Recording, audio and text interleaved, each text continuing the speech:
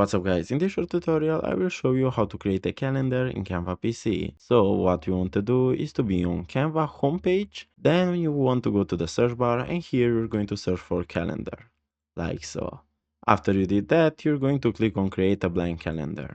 Here you can create your calendar. If you want to use a template, you can do it by going to the design, and here as you can see at templates, we can choose which one we like. So let's say we want to make a calendar for school. So let's search school into the design and templates, and as you can see here you have calendars for a school class. So you can choose this one for example, and now you can modify what you want. For example, you can modify the month of the year by clicking on it, the year, or every day or every hour you have in the calendar, and you can set names or you can plan things. So guys, this was the tutorial. Thanks for watching and don't forget to leave a like and subscribe to the channel.